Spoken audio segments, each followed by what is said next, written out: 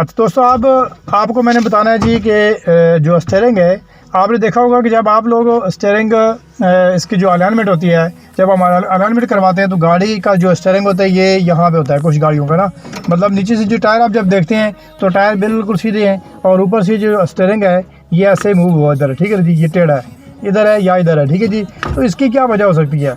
आप अलाइनमेंट वाले के पास जाते हैं, 2 दफ़ा 3 दफ़ा जाते हैं, आप उसको कहते हैं यार कि ये गाड़ी का जो स्टीयरिंग हमें ठीक कर दें।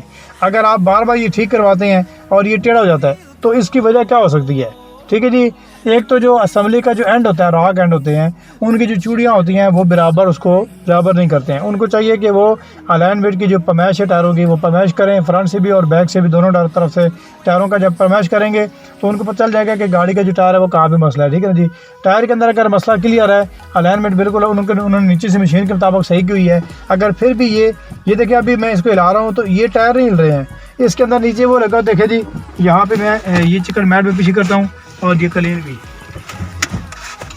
वो जरा देखें, ये क्रॉस होता है नीचे, यहाँ पे ये मेरा पाँव है, ठीक है जी, ये जब क्रॉस है इसके अंदर जो प्ले होती है, देखे ना ये प्ले है, जब ये प्ले होगी तो फिर ये स्टीयरिंग आपका कभी भी सीधा नहीं रह सकता। ठीक है जी, आप इसको कोशिश भी करेंगे, इधर करेंगे तो ये दोबारा यहाँ पे आ जाएगा, यहाँ करेंगे ये दोबारा यहाँ पे आ जाएगा। ठीक है जी, तो लिहाजा आपने इसको क्या करना है, इस क्रॉस को आप खुलवा के इस क्रॉस को आप चेक करवा लें। ठीक है जी, अगर ये रिपेयर हो सकता है तो आप इसको थोड़ा सा प्रेस करवा लें, और अगर ये प्रेस नहीं हो सकता तो फिर आप इसको चेंज करवा लें। ये इतना महंगा नहीं है, 500-700 रुपये का ये क्रॉस होता है, लेकिन इससे ये फ़ायदा होता है कि आपकी गाड़ी का जो स्टीयरिंग होता है ये बिल्कुल पावर स्टीयरिंग की तरह हो जाता है। ठीक है, क्योंकि कुछ लोग कहते हैं जी हमारी गाड़ी की जो स्टीयरिंग है ये बहुत हार्ड है जी, घूमता नहीं है। ठीक है जी, तो उसकी वजह ये भी हो सकता है। ठीक है जी, जब ये क्रॉस जब हार्ड होता है, इसके अंदर कचरा वगैरह आता है, आप इसको खुलवा के जब नया डलवाने की कोशिश करें, उसके अंदर ग्रीस वगैरह लगवा लें, ताकि जो स्टीयरिंग है आप जब मूव करें तो इसको ईजिली आप मोड़ सकें। ठीक है जी, उसके बाद हम आते हैं जी इसका जो फार्मूला होता है वो क्या होता है।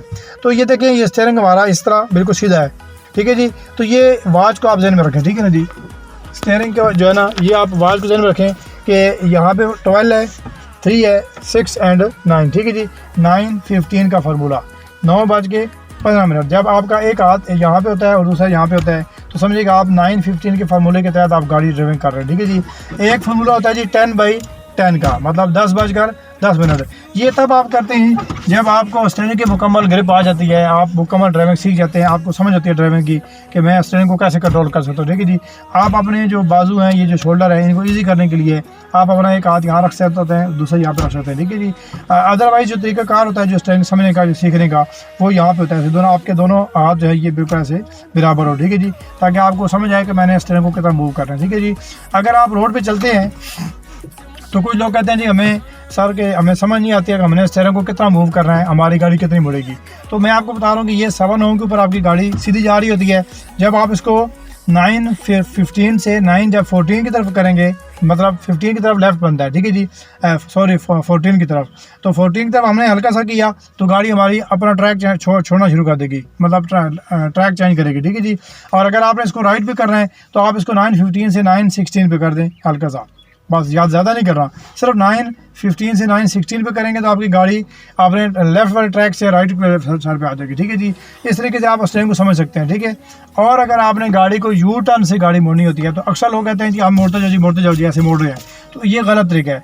देखें, ये सुजुकी बिल्कुल लोगो सीधा है, इसको मैं एक दफ़ा मूव करूँगा, ये देखें तो ये एक चक्कर मुड़ चुका है, तो इसके ये यू टर्न के लिए काफ़ी है बस। ठीक है जी, अगर आपने गाड़ी को यू टर्न के लिए मोड़ना है तो फिर आप इसको एक ही चक्कर मोड़ेंगे तो आपकी गाड़ी इजीली मुड़ने के बाद अपने शोल्डर पे चली जाएगी। ठीक है ना जी, अगर आप इसको फुल मूव कर लेंगे यूँ ऐसे यूँ, जैसे कुछ लोग कर लेते हैं पावर स्टीयरिंग को यूँ करके यूँ कर लेते हैं। ठीक है, अब क्या होगा, जो ही आप गाड़ी मोड़ेंगे तो आपकी गाड़ी मोड़ने के बाद फ़ौरन फास्ट ट्रैक पे आ जाएगी, और उससे नुकसान क्या होगा, ऐसा क्या हो सकता है कि आपकी गाड़ी की जो पीछे गाड़ी आ रही है, जो फास्ट ट्रैक से गाड़ी स्पीड में आ रही है, आपकी गाड़ी को हिट कर जाएगी। तो आपने सिर्फ और सिर्फ इसको एक चक्कर मूव करना है, मतलब ये अब एक चक्कर टायर, मतलब टायर जो होते हैं वो यहाँ तक आते हैं बस। इससे ये होता है कि हमारी गाड़ी यू टर्न से मुड़ जाती है। अगर आप इसे फुल मोड़ेंगे तो ये टायर मुड़ के यहाँ पे आ जाएंगे, जब यहाँ पे आएंगे तो आपकी गाड़ी यू टर्न से क्लोज में मुड़ेगी, जब क्लोज में मुड़ेगी तो फिर ये हादसा कोई भी हो सकता है। तो लिहाजा आपने इसको क्या करना है, आपने इसको सिर्फ और सिर्फ एक चक्कर मोड़ना है। ठीक हो गया जी। उसके बाद स्टीयरिंग के मुताबिक जो चीज़ें हैं बहुत सारी हैं। ठीक है जी, लेकिन ये जो आज के वीडियो में ये चीज़ें मैंने काफ़ी आपको बता दी है। ठीक है जी, कि ये वाच की तरह होता है स्टीयरिंग, ये 12, 3, 6 और ये 9। ठीक है जी, अब मेरी एक वीडियो पड़ी हुई है यूट्यूब मेरे चैनल पे, तो उसमें मैंने ये चीज़ बताई हुई है कि आप रिवर्स के लिए 4 उसूल मैंने बताए हैं।